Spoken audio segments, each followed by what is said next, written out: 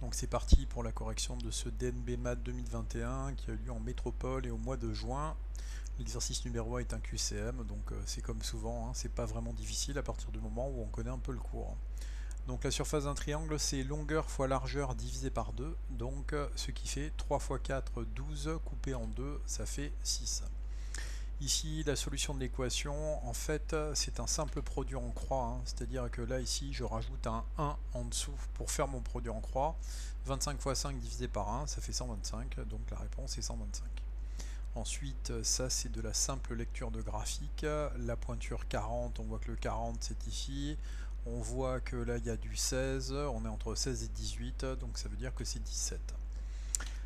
Cette question-là, elle avait fait polémique à l'époque parce qu'elle est hors programme, c'est-à-dire qu'on n'est pas censé faire une résolution d'équation avec un carré. Alors je vais quand même l'expliquer assez rapidement. Je vais avoir donc le carré qui est là, donc ça voudra dire que forcément pour supprimer un carré, je suis forcé de faire une racine carrée. Le pi qui est ici, pour le supprimer, il faut faire une division par pi. Donc une racine carrée et une division par pi. Donc forcément c'est celle-là, mais la question elle est très limite. Cet exercice c'est de l'identification par rapport à des volumes, mais seulement on les voit de face. Donc ici 6 formes, mais seulement que 4 réponses possibles. Donc par élimination, la première elle est assez simple parce que c'est la seule qui a une forme triangulaire. Elle, on voit qu'elle aurait été écrasée, donc c'est pas bon.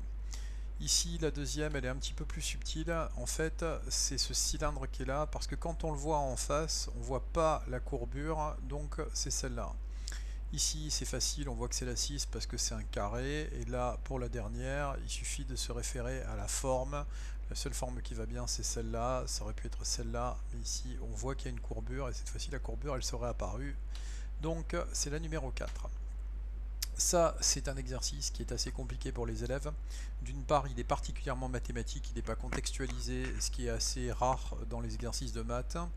Et ici, c'est un mélange de théorème de Pythagore et de théorème de Thalès, sauf qu'il n'y a pas d'indication pour dire qu'est-ce qu'il faut faire. Donc c'est à l'exercice, c'est à l'élève de se débrouiller dans cet exercice. Alors ici, première chose que je vois, c'est d'après le codage. Ici, ABC, c'est un triangle qui est isocèle. Ça veut dire que ici, la droite FO, c'est la médiatrice. Et c'est aussi la médiane. Donc ça veut dire que AO, c'est la moitié de AC. Donc la moitié de 1,96, ça fait 0,98. Ensuite, à partir du moment où j'ai mis mes longueurs, je vois qu'ici j'ai du 0,98 et j'ai du 0,40. Donc il me manque l'hypoténuse à calculer. Je sais que le triangle A ou B, il est rectangle en haut. Alors d'après le théorème de Pythagore, j'ai AB carré, donc hypoténuse, qui est égale à O carré plus OB carré.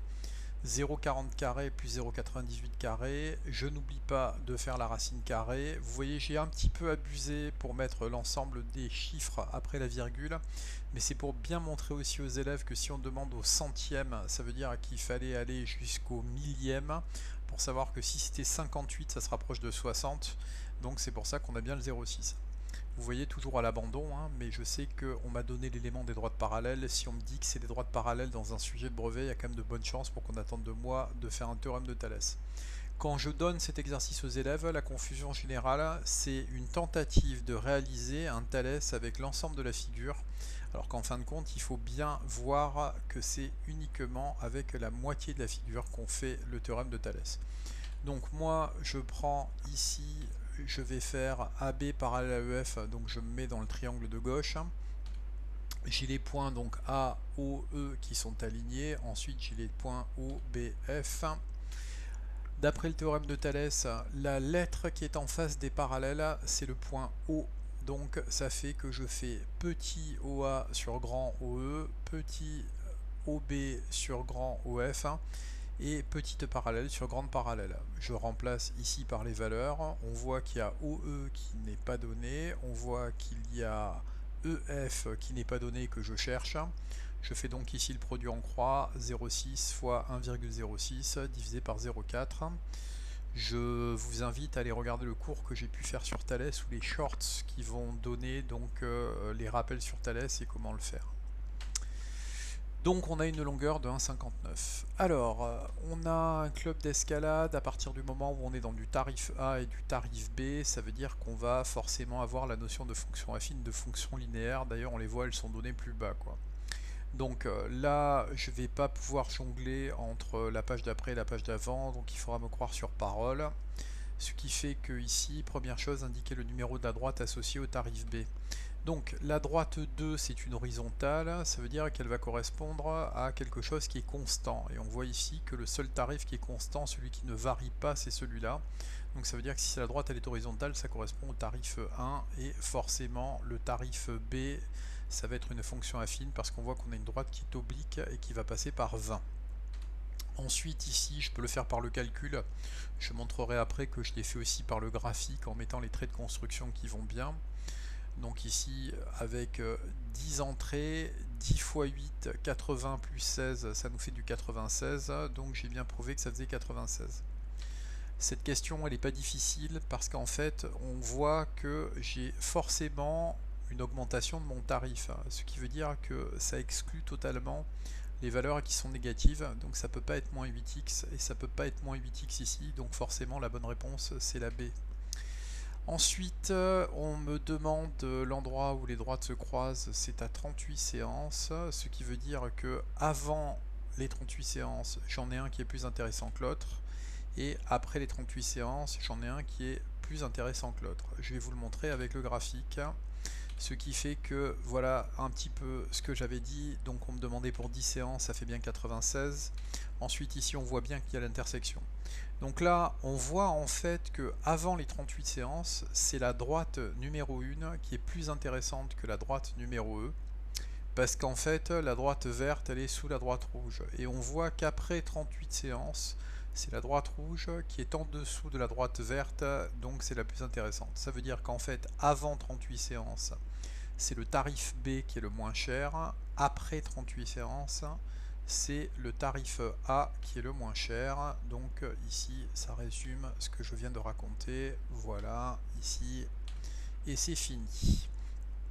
Ici, on est typiquement dans un exercice de statistique. On voit qu'on a des pourcentages. Donc, première chose, on me demande d'indiquer quel est le pourcentage de garçons de moins de 12 ans parmi les licenciés. Garçons de moins de 12 ans, 13%, c'est de la simple lecture graphique. Ensuite, c'est un peu différent, on me demande de trouver le nombre de garçons licenciés de moins de 12 ans. Là, cette fois-ci, je ne vais pas échapper à un produit en croix. Je sais que 17 700, c'est le nombre total de licenciés, ça correspond à 100%. Je sais que j'ai 13%, donc 13%, ça va avec les pourcents. Je fais mon produit en croix, 13 fois 17 700 divisé par 100, et j'obtiens donc 2301 licenciés. Je continue, on me demande d'indiquer le pourcentage de femmes adultes licenciées. On voit que le seul pourcentage qui n'est pas donné ici, c'est le nombre de femmes adultes. La totalité des pourcents, c'est 100%. Donc je fais 100, moins 29, moins 23, moins 13, moins 9, moins 15. Et je vais me rendre compte que j'ai 11% de femmes licenciées. Ensuite, on me demande, en observant le diagramme, de dire est-ce que c'est vrai que la majorité des licenciés sont des jeunes de moins de 18 ans. Donc, première chose que je dois me rappeler, c'est que le fait d'avoir une majorité de licenciés, ça veut dire c'est plus de 50%. Donc, ce qui fait que là, moi, je me suis contenté de colorier les adultes. Et on voit que les adultes représentent moins de la moitié du cercle. Donc, ça veut dire que l'affirmation, elle est vraie. C'est les jeunes donc qui vont représenter la majorité des licenciés. Et pour le prouver ensuite par le calcul, c'est pas difficile. Il me suffit d'additionner les 15 plus les 9 plus les 13 plus les 23 et on va se rendre compte qu'on a bien 40% d'adultes d'un côté et 60% de jeunes. On passe à Scratch. Celui-là, c'est un exercice qui était quand même assez simple puisqu'en fait, ça n'était que de la lecture. Rédiger une phrase précisant l'intervalle de vitesse avec laquelle la balle est lancée. Donc il me suffit de regarder dans le programme Scratch où est-ce que j'ai marqué vitesse. Ben, ici, j'ai marqué vitesse. Et la vitesse, elle varie entre 32 et 170 km/h. Pour avoir corrigé ce sujet à l'époque, c'était 8 points qui étaient donnés sur cet exercice, uniquement pour donner cette phrase, mais il fallait impérativement noter les unités, sinon on n'avait pas l'intégralité des points.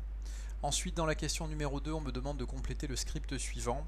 Donc ici, répéter. On voit que c'est 5 lancers, donc on a lancé 5 fois la balle.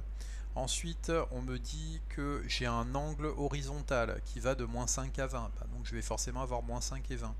Et enfin, on me dit d'attendre un certain nombre de secondes. Donc je me rends compte que j'ai 4 secondes. Donc ici, on a dit 5 lancers, donc 5 fois, de moins 5 à 20 et une attente de 4 secondes. Voilà pour ce sujet qui ne présente pas de difficulté globale à partir du moment où quand même on connaît un peu son cours. Je pense notamment au théorème de Pythagore et au théorème de Thalès.